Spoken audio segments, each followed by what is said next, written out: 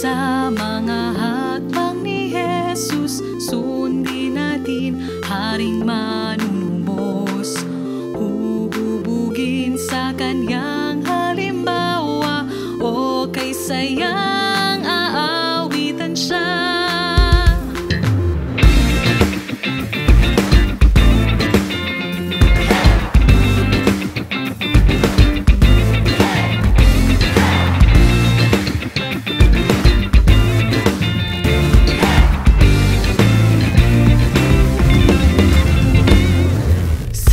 Pamumuno niya tayo'y lumapit, nang sa tukso tayo ay ilihis.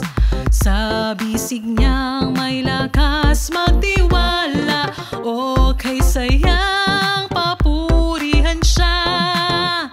Kay gandang lumakad sa mga hakbang ni Jesus, sa liwanag niya ay lumakad na. Kay gandang lumakad sa